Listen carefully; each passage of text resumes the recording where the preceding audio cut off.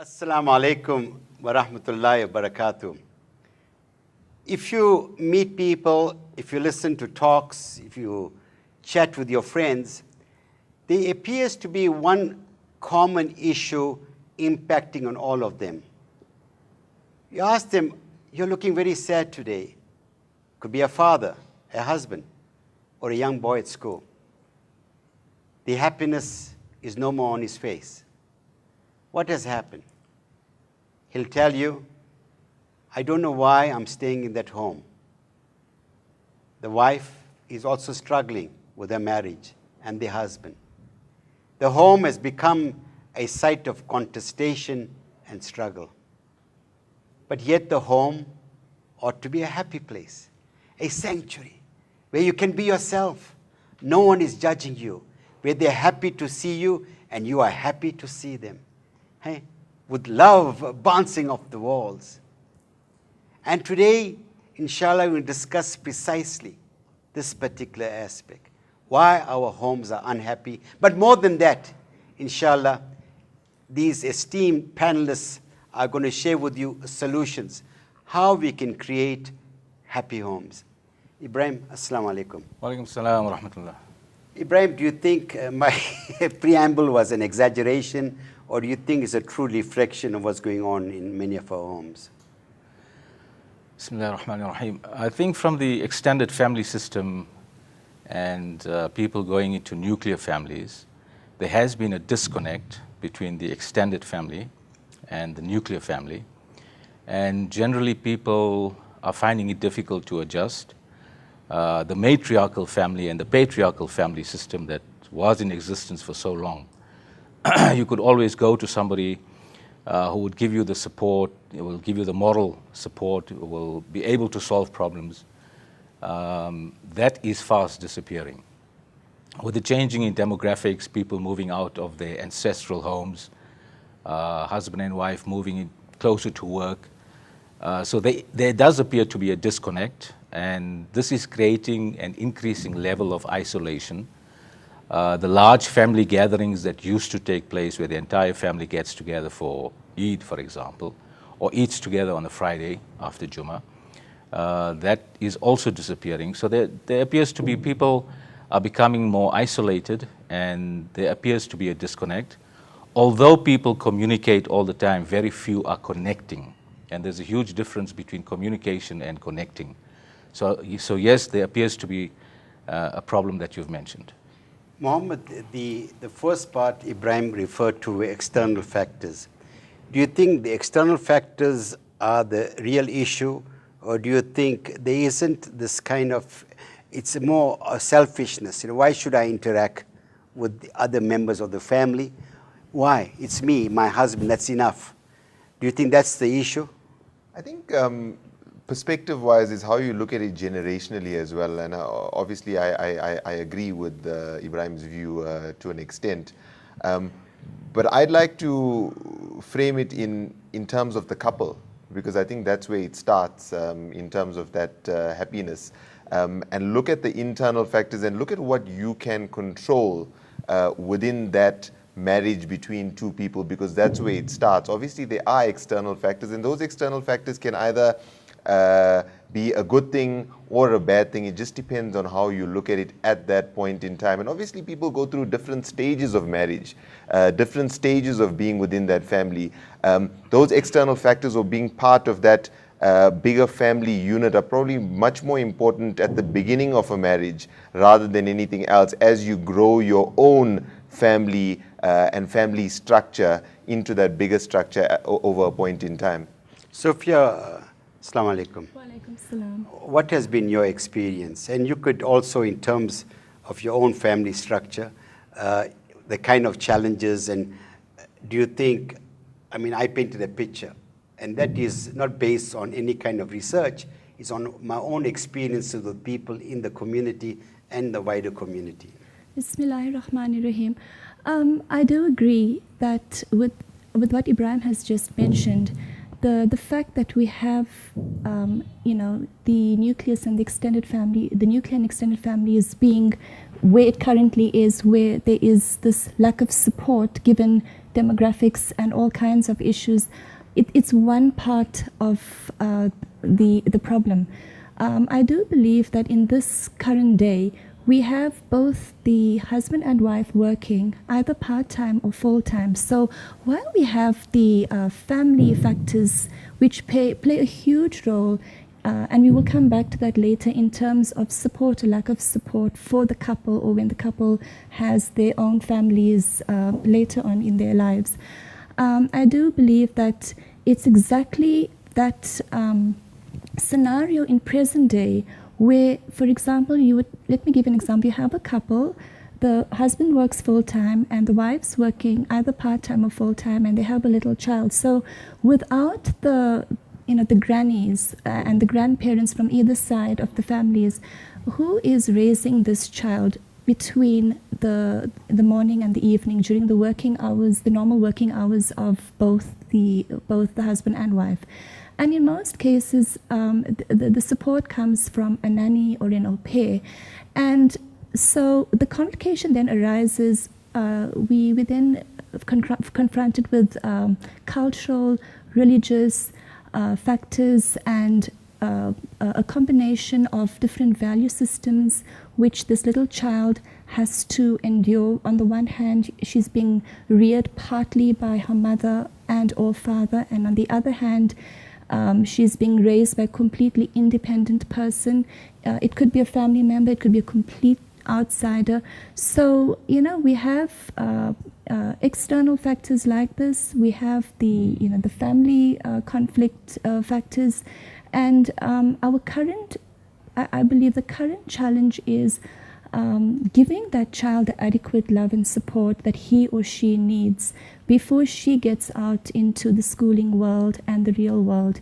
So for me, primarily the foundation in a home, maybe I'm being biased, but comes from the mother and her choice in terms of if she chooses to be a career woman or a housewife, how she chooses to raise her children if she and the husband chooses to have a family.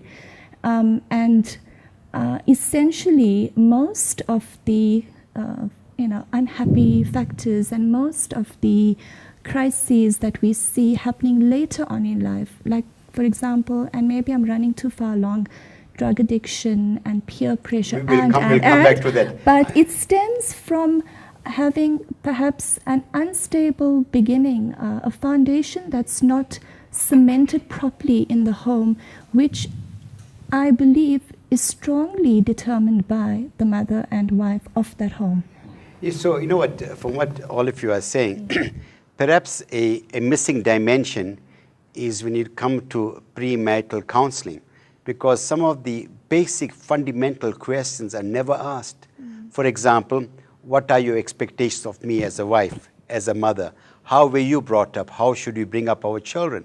Because in all of this, notwithstanding all of this, there are also examples of many happy families, whilst the numbers are increasing. So the whole thing about the external factors and internal factors, these are excuses. Perhaps we need to do a lifestyle audit and re-look at what we are doing. You raise a very valid point there in terms of perceptions. When a young couple are about to become engaged or married, they obviously have differing perceptions about the role of father and mother. And if the child is left to his or her own devices in a nuclear home, without the cultural inheritance of the nani or the nana or the daddy or the dada, that child is basically left to fend for himself or herself. So the cultural transmission that takes place from the older folk in the extended family is then a huge missing, there's a huge gap there. Now, we cannot underestimate the influence, the subtle influence of the older folk who will be able to transmit not only values, but also love, comfort, and support. And one of the other problems that we are finding is that our children are becoming unilingual. they're only speaking one language. So the traditional home language is now history. If I give you an example, I have a friend of mine who is a senior banker with Credit Suisse, and he speaks a Swiss dialect. His wife speaks German. Their domestic help speaks Pedi. And he has 4 children, and they're all under 12. And all of these kids speak 4 languages because on different days of the week, they have to speak a different language. And this is not taking place in our homes. Even with the domestic help in our homes, our kids are not speaking the indigenous language. So I think this is cause for further alienation. We are disadvantaging our children in this type of environment. And it's fine to say later on in life they'll pick up a phrase or two from a Bollywood movie, but that ain't good enough. There has to be a transmission of value because each language has its own value system. And there are certain things that you can say in one language that you cannot say in another. So I think in the current system, we are disadvantaging the kids. Okay, Mohammed, I hear what you say, Ibrahim, right? Do you think, I often say in my workshops that we are living at a time where the father does the providing, the mother the deciding, and the children the overriding. Do you think the idea of the Amir in charge of the home, asserting himself, when I say asserting himself, I'm not saying stifling people's opinions, not allowing their participation, there is no shura, that is almost each one for himself. And today you find that kids growing up in that environment have no respect for the father, for the mother, not even for themselves. So do you think that perhaps we need to understand that the respective roles each other have to play to ensure there is harmony in our homes? I think before we get to the respective roles, what I'd like to say is I think there needs to be respect within a household, and it may be something that we take for granted that there needs to be respect, but there's many households where there isn't respect, or respect doesn't exist, and that's between a husband and a wife, between children and their parents. And your children see how you interact as a couple, as a married couple, and they take a lot of cue from that. And when they see instability perhaps within a marriage, that's when the overriding starts taking place. So not shying away from your question, I think Islamically the notion of an Amir is the perfect solution. But I think there needs to be a lot of collaboration that needs to happen. There needs to be a lot of communication that happens.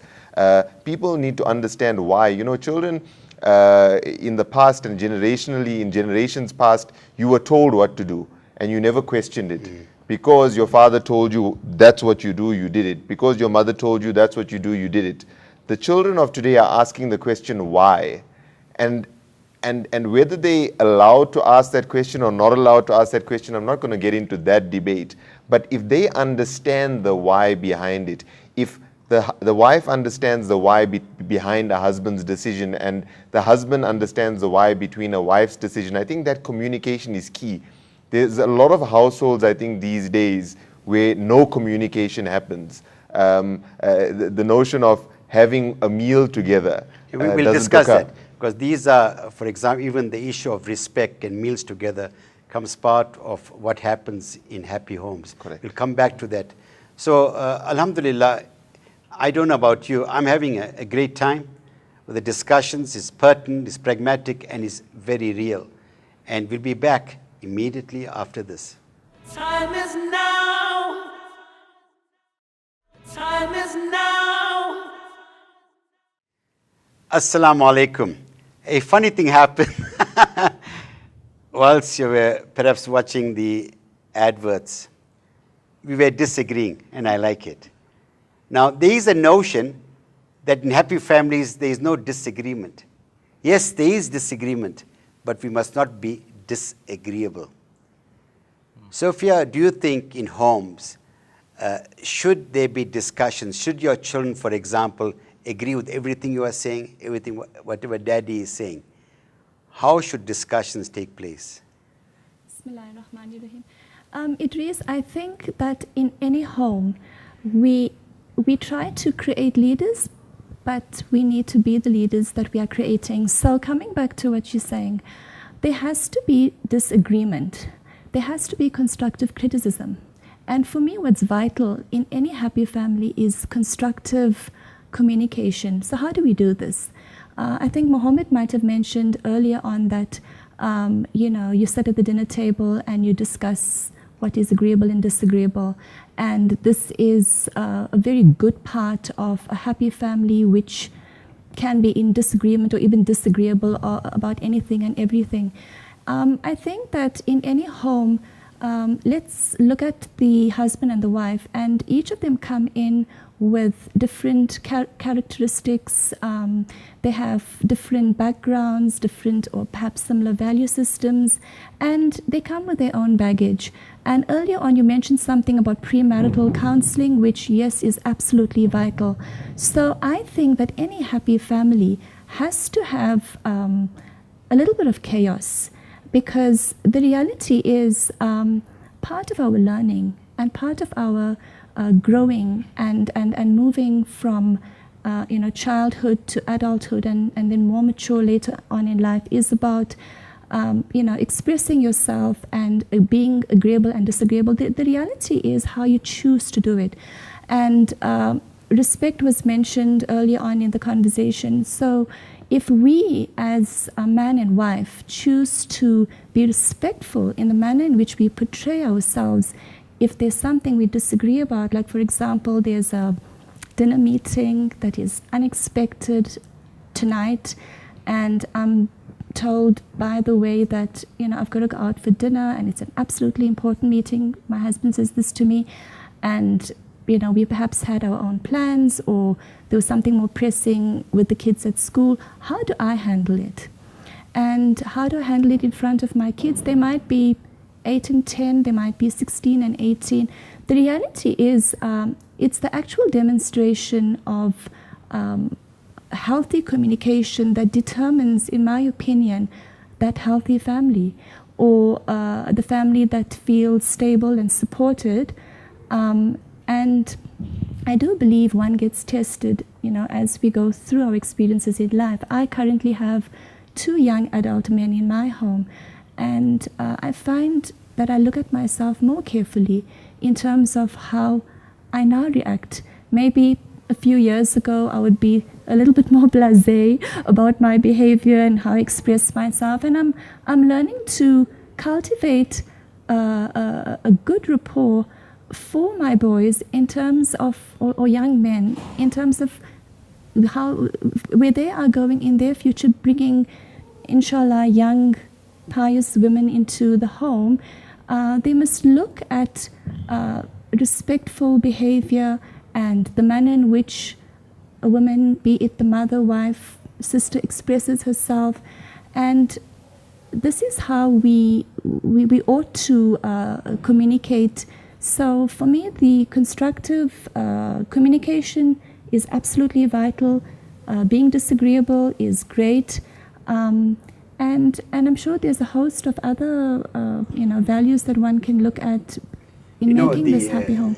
Alhamdulillah, I would recommend strongly you must have your own show. So yeah, I'm enjoying listening to you. Alhamdulillah. You see, you mentioned a number of things. You spoke about communication, about expressing. There's no harm, there's disagreement. You also spoke about being self-aware, especially around your growing children, because you ought to be a role model for them. But one of the things that I have found in my discussion, many people who complain about their home, they say in our home, there isn't an expression or demonstration of the love. You find that some couples find it hard to express the love for each other in front of the children. Personally, I don't have an issue with that. There's nothing wrong with that. So kids grow up in that kind of environment. Ibrahim, I think, like all of you, I have a good knowledge of your family. So, you cannot exaggerate here, right? Yeah. Alhamdulillah, your wife is watching the program. In terms of cultivating or expressing that love, how important is that to ensure happiness in your home? Closeness to family members has to be demonstrated. It has to be demonstrated in speech, it has to be demonstrated in action. And I think a spirit of generosity not only in giving things, but in overlooking things. So being a level of tolerance, a level of closeness, a level and an openness of communication. A child must be able to feel confident that he or she can discuss anything with mom and dad without being judged, but to get direction from the discussion. That's the first principle. The second principle would be, I have 3 wonderful daughters, I have 3 wonderful son-in-laws, and 5 grandsons. And if I had known that grandchildren were such a joy, I would have had them first. But so funny. This guy is funny. You must be able to demonstrate the love to your child. You must not be afraid of hugging your child, kissing your child. Even kissing my son-in-law on the cheek is fine. So a show of affection has to be demonstrated every day. And there are times but I want to just stop you there, Ibrahim. Let's look at what you are saying is almost, utopian idea. If you look at, for example, you get some women or men who say, I grew up in a home where there was never this expression of love. Well, that's a very repressive home. Yeah. And a repressive home like that breeds a type of cancer, which will only be seen many years later. Nabi sallallahu alayhi wasallam never shied back from showing affection. Nabi sallallahu alayhi wasallam, when he was performing salah, Hassan and Hussein were playing on his back. Now, if a father or a grandfather takes a very hard attitude to a grandkid that is about to climb on his back, he's going to throw him over. How do you manage your sajda position with a little Hussein or Hassan climbing on top of you? You're going to do it with love. You're going to do it with affection. You're going to do it with tolerance. And sometimes you're going to blur the boundaries, but that has to take place, right? The other thing, the other thing that we sometimes... Ibrahim, can I just say something? I might have overlooked this. Make me laugh. You're speaking about expression of love and affection with your kids and grandkids. Have you mentioned being expressive with your wife, for example? Yes, absolutely. Giving her a hug. That's a given. That's a given. I'm glad I'm actually in trouble out there. It springs from there. That's a given. That has to take place. Yes. That affection with your wife or your partner, your husband, that's the bedrock of the loving relationship in the home. And it's very often the way you speak to your partner in moments of anger. The nasiha that we've been given is that when you are angry and you are standing, sit down. If you're sitting down, lie down. There's a reason for that. There's a hikmah in that. So differences will always take place. There has to be arguments between husband and wife. There has to be arguments between how you're going to raise your child, or programs for the child, the school run, the swim run, the play run, etc., etc., etc. It creates tension, and there is healthy tension in a home. There has to be healthy tension in a home. But I often say it's not what happens to you that's important in life, it's how you respond to what happens to you. So if there's a difference of opinion between husband and wife on a certain matter, that's fine. How are you going to respond to that? And the way you respond is going to affect those little ones that are looking at you for direction. Because a child is not taught by instruction. You teach a child by play. He or she will learn more by play than by instruction. So you cannot say, don't speak to your mother like how I spoke to her. It's not going to work. Because he's imbibing, that little one is imbibing what you are demonstrating in the kitchen or at the table. Okay, it's a very valid point. So Mohammed, I'm going to come to you. In terms of, let us say, because one of the 4 reasons for divorces universally is when the father and mother have a divergent philosophy as to how to bring up the child. So I have no issue if they disagree, but you mentioned this point, a point of sensitivity. It's about how they disagree in front of the children. Now, let us say, for example, person X thinks very strongly that this is how our children need to be disciplined. And in trying to mete out the discipline, the mother says, no, I'm sorry, I'm not going to allow you to hurt my child. How would you respond to that scenario? What do you think has happened that is wrong or right in that particular situation? Idris, talking to that, and I feel very passionately about this, and we've talked a lot about the family structure and children and divergent philosophies regarding possibly the raising of children. Is the biggest problems I find within marriage, and I'm nowhere near as an expert as you are, but is just between a husband and a wife. I mean, the fact is, when you get children, they're actually a binding force to an extent of a marriage. The biggest problem happens in early stages of marriage, in the early years of marriage, in the first year, second year. You hear of divorces in the first, second, third year of marriage. That's between a couple. That's possibly got nothing to do with the children and divergent philosophies in that regard.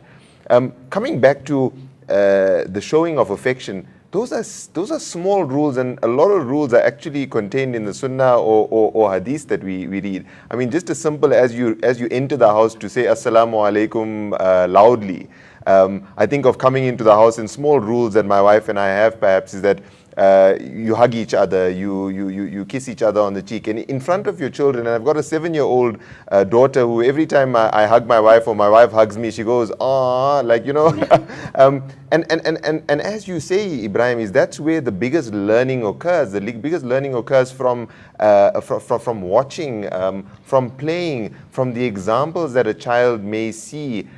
Because if you have a dysfunctional unit between that husband and the wife, as Sophia talked about earlier on, if your son sees that, he thinks that that's the way a marriage works, and when he gets into his marriage, you can't expect him to act any differently. So I think it comes back to being self-aware more than anything else. Alhamdulillah. So it's quite clear in terms of our discussion the pivotal role that the mother and father plays, and because there is a counterpoint. The counterpoint, and I'll end it off here for this particular segment, it is said that parenting is not so much your relationship with your child, but your relationship with your spouse. Because children learn by what they see. So alhamdulillah, I pray inshallah that all of you are a wonderful inspiration to your wonderful children. And remember, we'll be back. Time is now. Time is now. Assalamu alaikum wa rahmatullahi wa barakatuh. You may be wondering why I'm smiling. Well, my gosh, I always smile, you know. And why am I excited? I always get excited. I'm an animated guy. What can I say? And alhamdulillah, you know, just as well we went for the break because Sophia was disagreeing, you know. So I have no option to allow her to express a disagreement. Sophia, it's all yours. Bismillahirrahmanirrahim. Idris, I always have this tendency to butt in, but I have to appreciate that everybody needs to say what they need to. Coming back to what Mohammed was mentioning about children being a binding force, firstly, I just want to put it out there that there isn't a parent handbook for us. So you new parents, when you've got a newborn baby, and then you've got toddlers, they become teenagers, young adults, and that's where I'm currently at, inshallah. The reality is, and I stand to be criticized here, is that your children can be binding forces or even breaking forces, depending where you are in your life. And yes, coming back to how we are as individuals, that will essentially determine whether those possibly binding or breaking forces turn out okay. Why I'm saying this is because I find that when you've got a 7-year-old, right? So you've got a 7-year-old, I've got a 9-year-old, they already express themselves. And they have the tendency when they're getting to 8 and 9 to even be manipulative. They know exactly what they want. My little daughter knows that she can wrap her finger. I mean, she's got her dad wrapped around his little finger because she loves animals and she finds the soft spot. She gets what she wants when she wants it. And we need to know when to give and how much to give. I think affection is unconditional, but in terms of you know, money, spending money, and the material things we start giving, and this starts already from 8, 9 years upwards. Now, where I find the children being potentially breaking versus binding is when they become young teens and then older teens and young adults. And this is where I reiterate there isn't a parental handbook. And sometimes we are strong in our personalities and characters. Our faith is stronger. Sometimes we're completely weak for whatever reason. The husband might have lost his job, or the wife is struggling with emotional issues that she's carried from childhood or whatever. But the reality is now you're dealing with a young teen or an older teen who can manipulate his or her way, even in the breakage of a marriage. If, for example, like Idris earlier mentioned, that the man and wife completely are not in agreement about how they're raising this child. So this team building, which ought to have started already in the early stages of marriage, even before the children enter into the family, has to be quite an awesome team building in order for us to maintain that healthy, happy family unit in the, negative event that we're dealing with a young or an older teen who is disagreeable, and the parents become disagreeable, and then there are cases where divorce even becomes imminent. But Sophia, I think it's very important that you mention this, because I want to also clear some misconceptions. It's very important. Sometimes when couples come to me, when they say to me, I'm staying in the marriage because of my children, I say that's not a good reason. You must stay in the marriage because you can make the marriage work. The bonus is your children are going to be there. At the same token, if you're going to stay in an unhappy marriage, when there's oppression, you're also destroying those kids, number one. The other issue seems to be a recurring thought in your mind about teenagers. I mean, there are many principles of parenting. And you make a very important point that the couples themselves must have thorough discussion long before they have kids. How are we going to raise up the kids? What kind of home they're going to grow up into? Because I don't want the notion from people watching this program to say, I think we must give them complete freedom. There are no parameters, number one. The second important issue is this, that, I think it was Ali who mentioned this, that there are 3 stages in parenting. The first 7 years is bonding. From 7 to 14, time of instruction, learning. After 14, you become the child's confidant. But the whole point is this, that parents sadly do not know how to deal with teenagers. They are going through hormonal changes. They're seeking identity. Suddenly the father and the mother are an embarrassment to them. It's about how, instead of us lecturing them, we need to listen to what they've got to say, because psychologists say revealing is healing. What we tend to do, as we brought up the other kids, do this, do that, we interrogate them, but did not have conversations, And Idris, I must commend Ibrahim for painting the ideal sunnah picture of living. But I must admit that in most homes currently, there isn't an ideal. The reality is there is a lot of unhappiness and misery because, the couples themselves are already unhappy with themselves. So it might have been early in the marriage or somewhere during the marital years, but I have yet to research this. I'm not qualified enough, but just from looking out in my own community, there are so many divorces in younger couples after being married between 18 and 23 years. I don't know whether this midlife crisis is a reality, or are we just using it as an excuse for our own selfishness, for the fact that we are choosing to be egotistical and not live from our souls, which should be the reason, or at least a reason, to aspire towards a journey to be closer to Allah, inshallah. Because at the end of the day, we are so blessed to have our deen.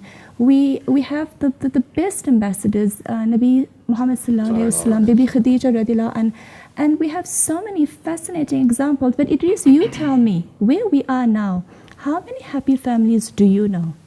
Okay, I was telling people this, and people got a shock of their life. In my own experience, I would say 20% of our homes are happy places, where they do not have issues. With some people, it is a daily challenge. Every day they go through this. But I would like Muhammad, to answer this question in terms of what you said about those couples that are separating after 18, 20 years. Why is this happening? What is the solution? But in the last segment, we got to give people practical responses. From what is quite clear, my beloved brothers and sisters, every situation is unique. Our Nabi sallallahu alaihi wasallam is a perfect example. The fact that Ibrahim painted that picture is important for us, what we need to aspire to. There is a benchmark for us. We need to do that. Nothing, my beloved brothers and sisters, is more beautiful than a happy home. Nothing can be more devastating than an unhappy home. The choice is yours. Time is now. Time is now. Assalamu alaikum. Of course, you might have gathered from your own experience and from the discussions that are taking place here that this family thing is a very complex thing, and Islam does give the answers. Allah forbid that when you are perhaps in the dying days of your life, you're looking back, you look at your sons, they look at you as a stranger. You've got a wife looking at you also, and there doesn't seem to be any connection with any one of them.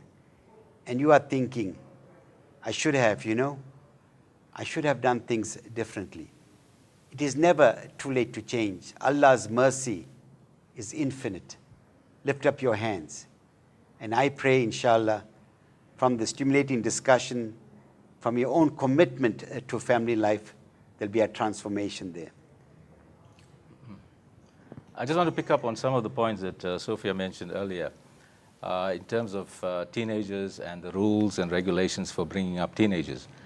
One of the symptoms that we are seeing in homes is mom and dad saying, you know what, when I was growing up, I didn't have the luxury of this or that, so I want my children to have it, right? So in the mistaken belief that by giving material things, expensive things, it is demonstrating and showing love, and to show the child, this is how much I care for you because I've bought you this gyrocopter for 7,500 rands.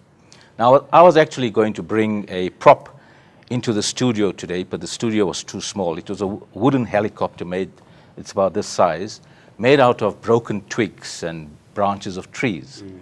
And a very rich man's son said this was the most loving gift he had ever made with his father, because he made it together with his father in their garden, and the amount of things he learned whilst doing this exercise over a period of 3 days was worth more than all the gyrocopters and the iPads that his father had bought him.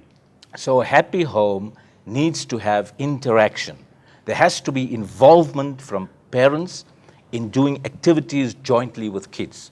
Not a distance learning institution where you go to your room and you play with your iPad and I'll be busy with my TV program on watching MasterChef or something of that sort. There has to be, or Inspirate. There has to be involvement. There have to be activities that are done together.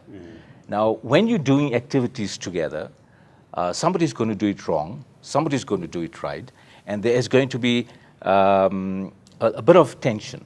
How do you manage the tension, right? So that's a learning curve in itself. Secondly, we tend to take our kids out on Hajj and Umrah trips in 5-star hotels, etc., etc., etc. Have we ever taken a child out into the Naizna forest for 2 weeks in December and made him live in a tree hut to collect his own rainwater and harvest his own food from the river? The value of that exercise goes beyond giving the child R1 million as a gift. So we do not tend to focus on these joint activities that need to take place. What is also happening is that the females in our society are educating themselves to a higher degree and extent than the males. So what tends to happen, a young married couple, the female has a bachelor degree and a marketing diploma, etc., etc. She's working in the corporate world and she's earning 40,000 rands a month. And the man that she got married to, because he was wasting his time, he's now working in dad's shop and he's earning 10,000 rands a month.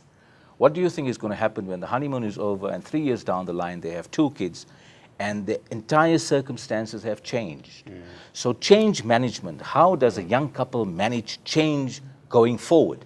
Because with the advent of children, there are major changes to be brought about in your routine. There are major changes in your time. So all of these things play a role in developing that happy family. Mohammed, sorry, Idris, with all due respect, you need a chance, but I want to quickly say something. Is it okay, Idris? No, you're welcome. She comes from my hometown. Alhamdulillah. You've mentioned 3 very valid points. Not necessarily in order, but I just want to pick on this one first. My husband often remarks on our cat. We've got this black and white cat, and he says, just look at Sparkles. She actually has time to sit and look. She looks at the trees. She looks at the sky. She looks at the birds. And I would like to remind ourselves of actually making time with our families to stop and gaze at the stars. Exactly what you were saying about Nayasna. We can do it every day, even if we don't go to Nayasna or, Umrah. But the reality is, by virtue of being Muslims, we ought to be mindful first. That's essentially something we're born with. And if we're not born with it, we acquire it. So that was the one thing. And added to that, I needed to say something else, but I'll get back to it just now. Mohammed? Yeah, I think I'm definitely in agreement with certain things that have been said, but I'm afraid that we are talking about an ideal scenario, and we need to strive towards an ideal. But a current volatile situation and an ideal are often worlds apart. And it's actually tracking and tracing and planning yourself from where you are to where you need to be, and breaking it down from these big building blocks into small building blocks. Because very often in a state of turmoil, you cannot see that vision. You don't have a vision. And as you say, some couples live from day to day and day to day in turmoil. Is they can't see the vision of what the ideal is at the end. Is you have to put small building blocks in place every day between yourself as a couple, between you and your children, in terms of how you can make a small improvement. I would agree that if we had the time, and I think it probably comes down to another facet, which is time management at the end of the day, is how do we manage our time? Because to say, it's easy to say, and I respect Ibrahim's point of view, is to say, it'll be nice to go into the forest for 2 weeks and live off the land. But in a scenario where a husband and a wife are working, or a husband is running a business, or a wife is doing whatever she needs to do, do we have the luxury of this time, or do we need to every day, as Sophia talked about, take 5 minutes out? Yeah, but you see, that's a point. That's a point. The point is, again, right, I take your point about the discrepancy between the ideal and the real world. Our lives are very, very frenetic. But you ask those people who suddenly loses their spouse, they have regrets. They said, I wish I could turn back the clock. And I say it, and I often mention this. It was my own experience of my own mom and dad. Right? Statistically, women outlive men, but my mother passed away before my father. And when I went home, and I said to my father, Daddy, you and I did not know we had an angel. My father put his head down. He said, my beloved son, what can I do? I cannot turn back the clock. And the day my mother died, that's the day my father died, spiritually. So what I'm saying is a question of priorities. Yes. Because there are people. Let us be, otherwise you're going to make excuses. Agreed. That's the bottom line. There are people who lead a very balanced life. You can have, in inverted commas, your Jannah every day. The few moments with your family.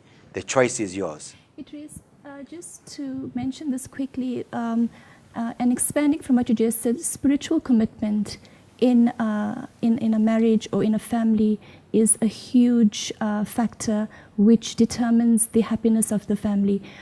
Encouraging ourselves to pray formally the way we've been taught, and to consistently and regularly encourage our children to do that as well. And we have to remind them that we are living in the most challenging times. And given that, it is more vital, more now than ever before, that we pray more, because the dua can change even an action. A dua is so potent. especially at the prescribed times in the day and in the night. So I think when one looks at the happy family attributes and characteristics, for me, number one is the spiritual commitment the husband and wife have to each other, because that for me determines the future of that relationship and the family once the children enter into it. Could I throw in a curveball here? Please. If mom and dad do not read, they will not be able to lead. So you have to create a culture of reading in a home. You have to create a culture where children, my three daughters take part in a weekly tarbiyah program.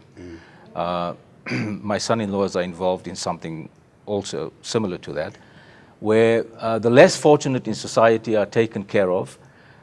They have a reading club, they have discussions on various topics, and this is something that takes place on a weekly basis. So there's discipline in implementing what you're going through in the week, right?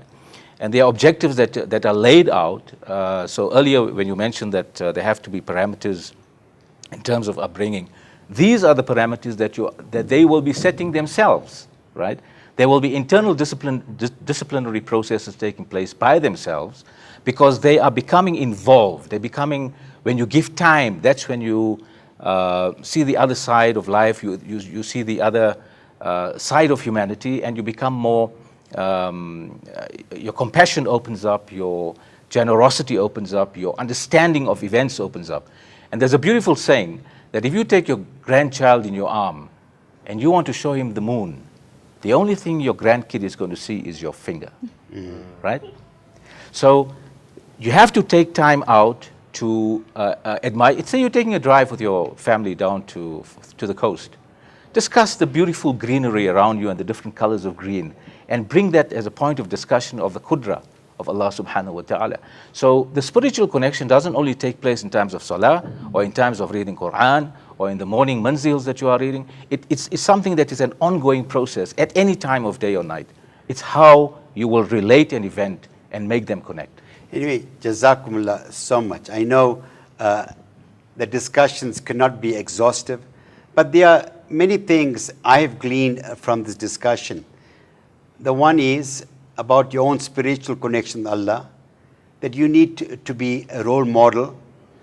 It's about living a life of intentionality, living consciously, playing with your kids, engaging with them, show them the qudrat of Allah, make them understand who they are, and all in all, creating a happy home.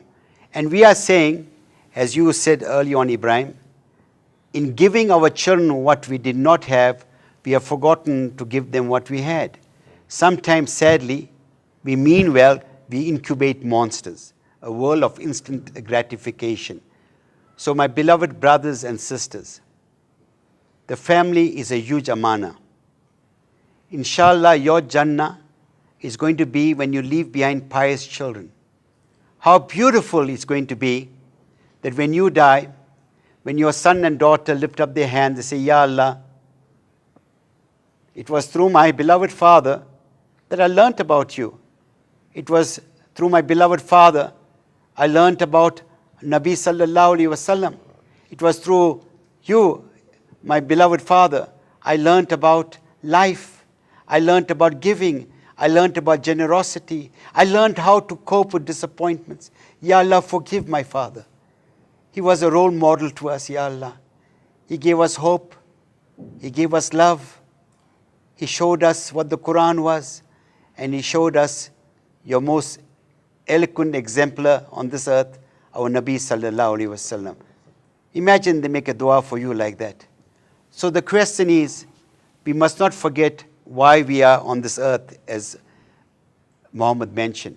And the point that Sophia has also been mentioning, in terms of the spiritual dimension, in terms of learning how to deal with children at different levels. So I want to say to you, may Allah bless you. May your homes become a sanctuary. The time is now. It can be done now. You and your wife join hands with the family, inshallah. May you all see each other in Jannah. Shukran. Assalamu alaikum wa rahmatullahi wa barakatuh.